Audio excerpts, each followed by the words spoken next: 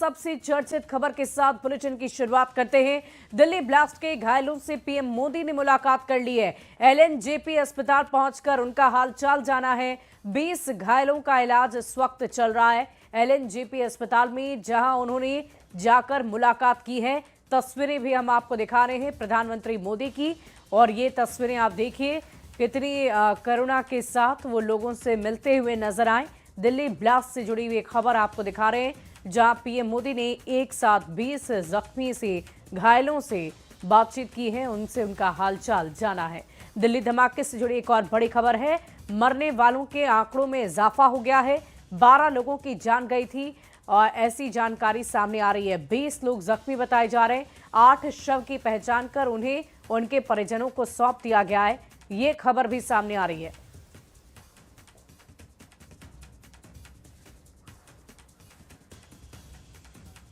और दिल्ली ब्लास्ट से जुड़ी 10 अपडेट आपको दे देते हैं। धमाके में मरने वालों की संख्या बढ़कर 12 हुई है। 8 शव की पहचान कर परिजनों को सौंपा गया है। डॉक्टर मॉड्यूल से हमले की साजिश थी, सूत्र ये बता रहे हैं। आतंकियों के निशाने पर धार्मिक स्थल थे। अयोध्या, वाराणसी जैसे जगहों को टारगेट रखा गया था आतंकियों की तरफ से। अयोध्या में भी विस्फोट करना चाहते थे आतंकी, ये भी खबर है। ब्लास्ट केस में पीएएफएफ कनेक्शन की जांच काफी तेज हो गई है, और साथ ही प्रवक्ता से पूछताछ लगातार पुलिस पूछताछ कर रही है। पीएएफएफ पर जैश के लिए काम करने का आरोप लगा है, और जांच के लिए अल फलाह यूनिवर्सिटी जाएगी एनआईए। सूत्र हमारे ये बता रहे हैं। दिल्ली ब्लास्ट से जुड़ा ये बड़ा अपडेट आपको दे रहे हैं।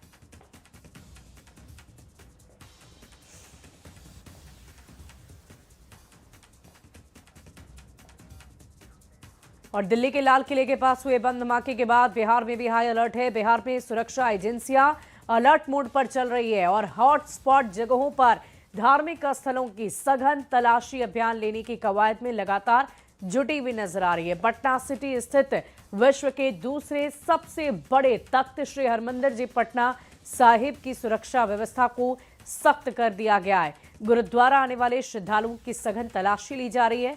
तस्वीरें आप देख रहे हैं। जितने भी धार्मिक स्थल हैं वहां पर सघन जांच अभियान चल रहा है। किसी भी तरह की कोई चूक ना हो, इसका ख्याल रखा जा रहा है। ये तस्वीरें हम आपको दिखा रहे हैं। गाड़ियों की तलाशी ली जा रही है और कैसे सघन जांच अभियान चलाए जा रहे हैं पूरे बिहार में, खासतौर पर राजधानी पटना में जो मुख्य स्थल हैं, प्रमुख स्थल हैं, खासतौर पर रेलवे स्टेशन, एयरपोर्ट, धार्मिक स्थल, महावीर मंदिर, गुरुद्वारा, इन जगहों पर जाकर लगातार जांच पड़ताल की जा रही है।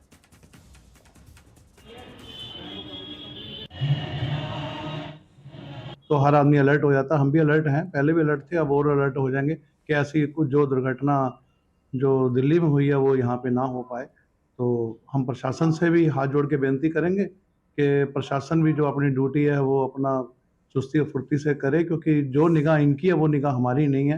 ये तो एक निगाह में चोर को देख लेते हैं। तो प्रशासन से भी हाथ जोड़ के बेनती है कि वो अपनी ड्यूटी बिल्कुल सही ढंग से करें, और हर गली में, हर मोहल्ले में, ख़ास तौर के गुरुद्वारे के 3-4 गेट हैं। एक गेट हो तो उसकी व्यवस्था की जाती है, लेकिन यहाँ के जो 3-4 एंट्री हैं, तीनों चारों एंट्री पे वो अपना व्यवस्था सही ढंग से करें। पुलिस प्रशासन के द्वारा हर एक जो भी इंस्टॉलेशंस हैं पटना सिटी में उसका निरीक्षण किया जा रहा है। और आज पटना हरमिंदर साहिब जी पटना साहिब गुरुद्वारा, वहाँ पे हम लोग के द्वारा निरीक्षण किया जा रहा है। कमेटी के द्वारा यहाँ पे मीटिंग लिया जा रहा है, और कमेटी के द्वारा हाई लेवल मीटिंग भी वरीय पदाधिकारी के साथ अभी संभावित है। और जो भी उनके डिमांड्स है, रिक्वेजिशन है, वो पुलिस प्रशासन से वो लोग शेयर करेंगे, जिससे कि ससमय मदद किया जा सके। 10 अक्टूबर को दिल्ली के लाल किले के पास हुए धमाके और आतंकी उमर का सबसे नया वीडियो सामने आया है। न्यूज 18 के पास ये सुपर एक्सक्लूसिव सीसीटीवी फुटेज है, जिसमें जैश से जुड़ा संदिग्ध आतंकी उमर की कार में धमाका होते हुए नजर आया। और ये वही फुटेज है जो लाल किले चांदनी चौक की निगरानी में लगे कंट्रोल रूम में लगे हुए कैमरे हैं, जिसमें यह रिकॉर्ड हुआ है। रेड फूट चौक के सीसीटीवी में ठीक 6:50 पर कार धमाके की लाल चमक नजर आ रही है। तस्वीरें हम आपको दिखा रहे हैं, और इन तस्वीरों को देखिए कैसे रेंगती हुई कार अचानक आती है और आग की गोली में तब्दील हो जाती है। आसपास तबाही मचा जाती है। उसकी तस्दीक ये कंट्रोल रूम में लगे कैमरे कर रहे हैं। उसमें रिकॉर्ड हुई ये तस्वीर कर रही है, जिसे आप देख पा रहे होंगे।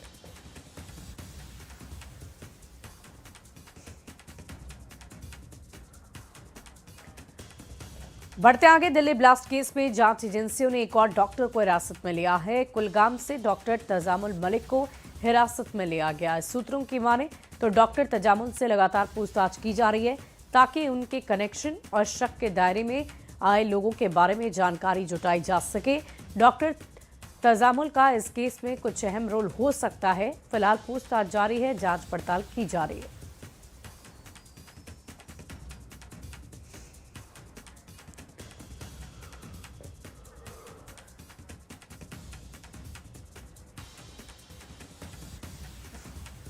देखिए, PTN बेहद शक्तिशाली केमिकल होता है जिसका इस्तेमाल किया गया था और कहते हैं कि 100 ग्राम के इसके इस्तेमाल से ही भारी तबाही मच सकती है। इसमें ना तो किसी तार ना ही किसी मेटल की जरूरत पड़ती है।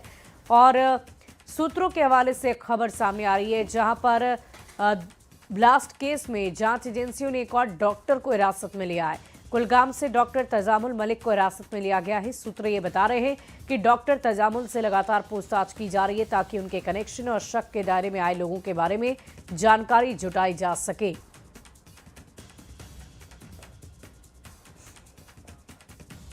सूत्रों के हवाले से एक और खबर है, गिरफ्तार आतंकियों के मॉड्यूल का टारगेट उत्तर प्रदेश के बड़े धार्मिक स्थल से। सूत्रों का यह दावा है कि आतंकियों के निशाने पर अयोध्या और वाराणसी थे। सूत्रों ने यह बताया कि अभी तक की जांच में एक खुलासा हुआ है कि गिरफ्तार डॉक्टर शाहीन ने अयोध्या में के स्लीपर मॉड्यूल को एक्टिव कर रखा था और यहां धमाका करने की योजना बना रखी थी। लेकिन इससे पहले ATS और पुलिस की रेड में पूरी साजिश बेनकाब हो गई। विस्फोटक बरामद कर लिए गए। सूत्रों के अनुसार लाल किला ब्लास्ट असल में प्लान नहीं था बल्कि जल्दबाजी में हुआ एक हादसा था। आतंकियों के हिट लिस्ट में अस्पताल और भीड़भाड़ वाली जगहें शामिल थी।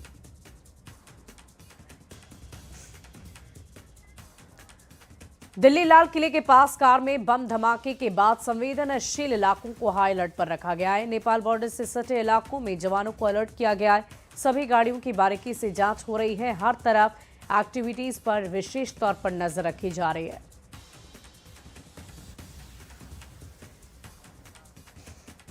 वहीं दिल्ली में बम ब्लास्ट के बाद सीवान में अलर्ट है। खासतौर पर सीवान रेलवे स्टेशन पर विशेष चौकसी बढ़ा दी गई है।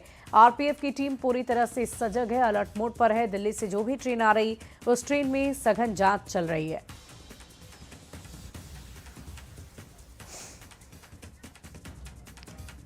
दिल्ली में हुए ब्लास्ट के बाद झारखंड भी अलर्ट मोड पर है। झारखंड की राजधानी रांची के बिरसा मुंडा एयरपोर्ट पर सुरक्षा के पुख्ता इंतजामात है। खासतौर पर यात्रियों के सामानों की हर तरफ से जांच की जा रही है। CISF के जवान पदाधिकारी विशेष रूप से अलर्ट है। इसके साथ ही पुलिस मुख्यालय ने सभी जिलों को अलर्ट रहने के निर्देश भी दिए।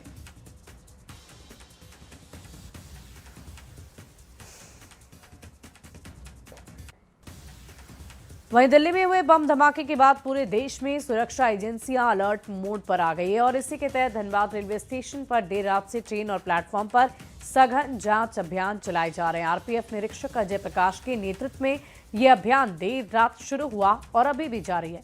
धनबाद पुलिस ने शहरों के सभी होटल्स और चौक चौराहों पर चौकसी बढ़ा दी और लोगों से ये अपील कर रही है किसी भी अनजान सामान को हाथ ना लगाएं। अगर किसी भी तरह की संदिग्ध वस्तु नजर आती है तो तुरंत से तुरंत नजदीकी पुलिस को सूचित करें। हमने एक सघन चेकिंग अभियान चलाया था। अगर शाम में भी अगर आप लोगों को ध्यान हो तो व्हीकल चेकिंग हुआ था और रात में व्हीकल चेकिंग के साथ साथ लॉज, होटल और अन्य जगह पर चेकिंग लगाई थी तकरीबन 10:30-11 बजे के आसपास।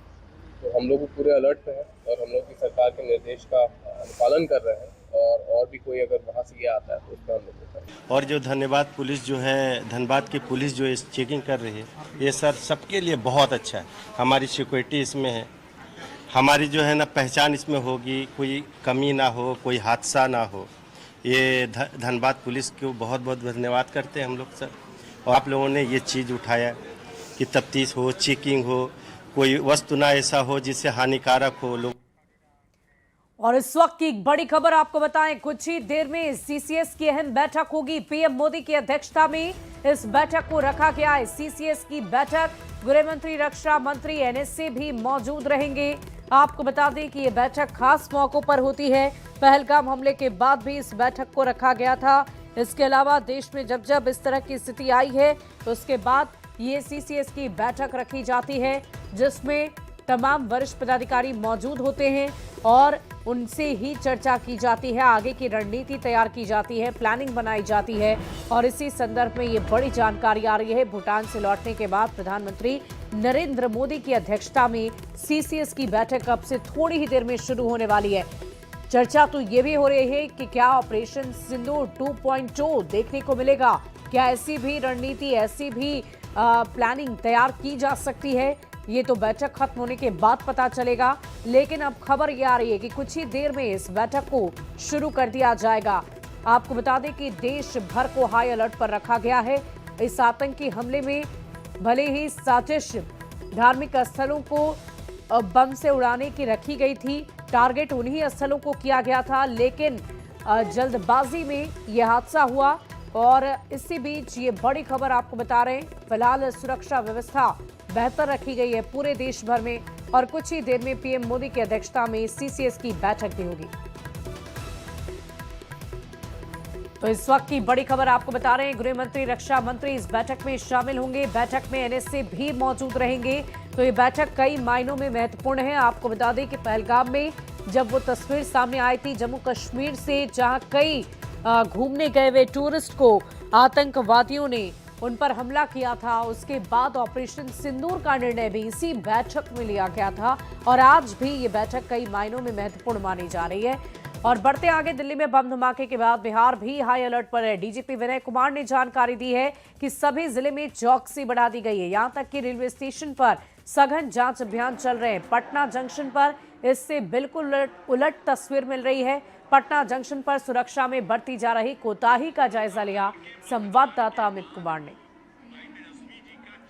दिल्ली में हुए बम धमाके के बाद बिहार में भी जो है वो हाई अलर्ट है और इस वक्त हम पहुंचे हैं हाई अलर्ट की जो है वो वास्तविकता को जांचने परखने के लिए। तो ये देखिए, ये पटना जंक्शन का प्रवेश द्वार है और यहाँ पे जो स्थिति है वो कैसी है हम पहले दिखा देते हैं पूरे परिसर को। तो देखिए, यहाँ पे एक भी जो है वो जाँच प्रक्रिया नहीं अपनाई जा रही है। पूरे तौर पे जो है पटना जंक्शन की सुरक्षा जो है वो भगवान भरोसे छोड़ दिया गया है। ना एग्जिट ना एंट्री, किसी भी गेट पे कोई जांच पड़ताल जो है वो नहीं की जा रही है। और यहाँ जिस दिन धमाका हुआ था उस दिन जरूर एसएचओ जो हैं जीआरपी के, उनके द्वारा जांच पड़ताल किया गया था, लेकिन आज जो है वो किसी भी तरह की कोई जांच नहीं की जा रही है। जो मेटल डिटेक्टर गेट लगाया गया था, जो फिक्सिंग के सामानों की करने के लिए जो लगाए गए थे मशीनरी, वो तमाम चीज़ें यहाँ से हटा दी गई है। और यहाँ पे कौन आ रहा है, किसके बैग में कौन सी वस्तु है, कोई जांच पड़ताल जो है वो नहीं किया जा रहा है। कैमरे में जो तस्वीर कैद हो रही है उसके अनुसार कहीं भी कोई जांच पड़ताल नहीं की जा रही है। तो कुछ यात्री भी हैं, उनसे भी बात कर लेते हैं, यहाँ पे जानने की कोशिश हम करते हैं इन लोगों से। सर, कहाँ जाना है आप लोगों को? बाढ़ जाना है। ये बताइए, कितने देर से यहाँ पे? करीब करीब 50 मिनट से। कहीं कोई जांच पड़ताल आपने देखा है? कोई पुलिसकर्मी आप लोगों की? नहीं, कोई जांच पड़ताल कोई जांच पड़ताल नहीं हुई? नहीं जी, कुछ नहीं। लोग ऐसे ही आ रहे जा रहे हैं। हाँ, कुछ। यात्री भी सीधे तौर पे जो है वो बता रहे हैं और यहाँ पे कुछ महिला यात्री भी हैं, इनसे भी हम जानने की कोशिश करते हैं। मैडम, ये बताइएगा कि कहाँ जाना है आपको? बाढ़ है। बाहर जाना है। हाँ। अच्छा, कोई जांच पड़ताल हो रही है? ना कोई पुलिस वाला आए थे ना, पूछे कि बैग में कहाँ है ना है कुछ? ना ना ना हाँ। ना कुछ रहती ना तो ये लापरवाही है। कहा कि दिल्ली में धमाका होने के बाद यहाँ अलर्ट भी है। तो कहाँ कुछ बोल रहा थी ना पूछा कोई ना, कोई जांच पड़ताल कोई ना। देखिए, यहाँ पे यात्री भी सीधे तौर पे बता रहे हैं कि कोई जांच पड़ताल नहीं है, कोई प्रक्रिया जो है वो नहीं अपनाई जा रही है अलर्ट को लेकर के। और कहीं न कहीं कह सकते हैं कि ये लापरवाही जो है वही घातक होती है। जिस तरह से दिल्ली में नापाक मंसूबा लिए हुए आतंकी संगठन के जो लोग थे वो अपने मंसूबे में कामयाब हुए। जंक्शन पे जो है वो धमाका हो चुका था और एक बार हम पड़ताल करने आए। इस पड़ताल में कह सकते हैं कि जो दावे हैं वो फेल साबित हुए हैं। कैमरा पर्सन राहुल के साथ अमित कुमार, न्यूज़ 18 पटना। फरीदाबाद मॉड्यूल का मास्टरमाइंड मौलवी इरफान की तस्वीर सामने आई है। इस्लाम के नाम पर उकसाने वाली तकरीर करता था मौलवी इरफान। मौलाना के संपर्क में था doctor Umar, doctor Adil, doctor Muzammil. ये बड़ी खबर आपको इस वक्त की बता रहे हैं। बड़ी जानकारी आ रही है। फरीदाबाद मॉड्यूल का मास्टरमाइंड मौलवी इरफान की तस्वीर सामने आई है और इसी के संपर्क में, ये मौलवी इरफान के ही संपर्क में doctor Umar, doctor Adil, doctor मुस्लिम थे, जिन्होंने इस पूरे आतंकी हमले की साजिश रची थी और कुछ बड़ा करने का टारगेट रखा था। इस बीच ये बड़ी खबर आपको बता रहे हैं। तो ये तस्वीरें हम आपको दिखा रहे हैं, मौलवी इरफान की ये तस्वीरें हैं जिसमें आप उन्हें देख पा रहे होंगे और इन्हीं के संपर्क में रहने से डॉक्टर उमर की ये तस्वीर आप देख लीजिए। ये डॉक्टर उमर हैं जिनकी तस्वीर हम आपको दिखा रहे हैं। मुजामिल की तस्वीर भी हम आपको दिखा रहे हैं, डॉक्टर मुजामिल हैं ये। तो एक एक करके हम इस पूरे केस में जो खास तौर पर चर्चित नाम हैं जिनके ऊपर आरोप लग रहे हैं, इस पूरी प्लानिंग की, इस पूरी रणनीति की, वो तस्वीरें हम आपको दिखा रहे हैं, वो चेहरे हम आपको दिखा रहे हैं।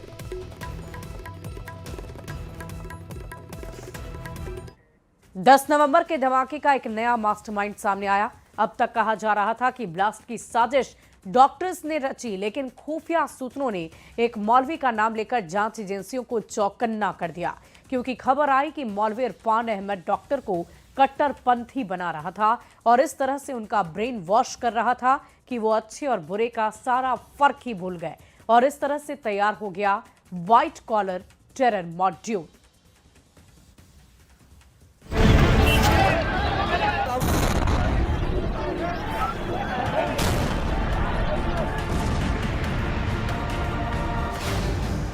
दिल्ली धमाके का असली मास्टरमाइंड, मौलवी ने बनाया डॉक्टरों को आतंकी, व्हाइट कॉलर टेरर मॉड्यूल के जरिए फैलाया कट्टरपंथ, मौलवी ने किया डॉक्टरों का ब्रेन वॉश। सब सोच रहे थे दिल्ली धमाके के पीछे कुछ डॉक्टरों का हाथ था, लेकिन पता चला कि दिल्ली धमाके का असली मास्टरमाइंड तो कोई और ही था।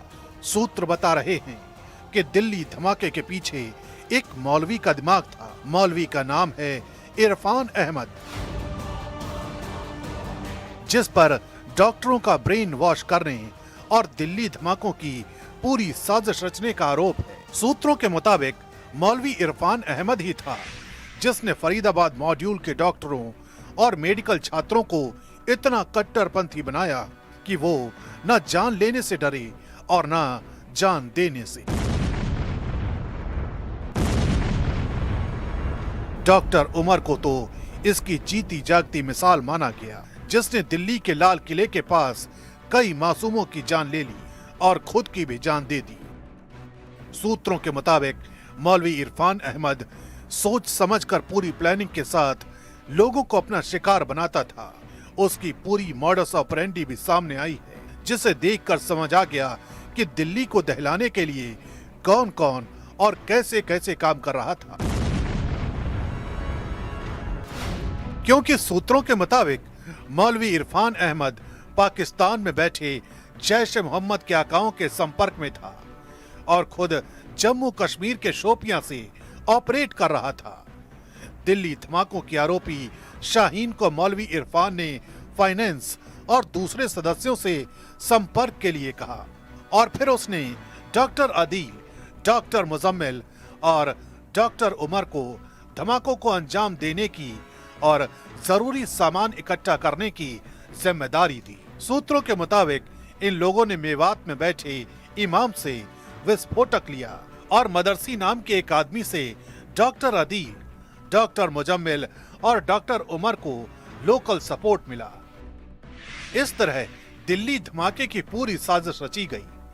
खबर आई है कि मौलवी इरफान अहमद कई डॉक्टरों से बातचीत कर रहा था। उसी ने यह पूरा नेटवर्क तैयार किया, जिसे व्हाइट कॉलर टेरर मॉड्यूल कहा जा रहा है, क्योंकि इस मॉड्यूल में सफेद कोट पहनने वाले डॉक्टरों को शामिल किया गया, जिनका धीरे धीरे ब्रेन वॉश किया गया और फिर समय आने पर उन्हें आतंक फैलाने के लिए इस्तेमाल किया गया। सूत्रों के मुताबिक डॉक्टरों के ब्रेन वॉश के लिए उन्हें जैश ए मोहम्मद के आकाओं के वीडियो भी दिखाए गए। मौलवी इरफान ने सबसे पहले डॉक्टर शाहीन की मदद ली, क्योंकि वो अल फलाह यूनिवर्सिटी में सबसे ज्यादा सक्रिय थी, और फिर धीरे धीरे डॉक्टर आदिल, डॉक्टर उमर और डॉक्टर मुजम्मिल से जुड़कर एक नेटवर्क तैयार किया। सूत्र ये भी बताते हैं कि जैश ए मोहम्मद के कुछ हैंडलर पाकिस्तान और अफगानिस्तान में थे और कुछ तुर्की में। खुफिया सूत्रों से मिली यह जानकारी इशारा करती है कि दिल्ली धमाके का असली मास्टरमाइंड मौलवी इरफान अहमद था, जो भारत के अलग अलग हिस्सों में बैठे डॉक्टरों को इतना कट्टरपंथी बना रहा था कि वो मरने और मारने पर उतर आए।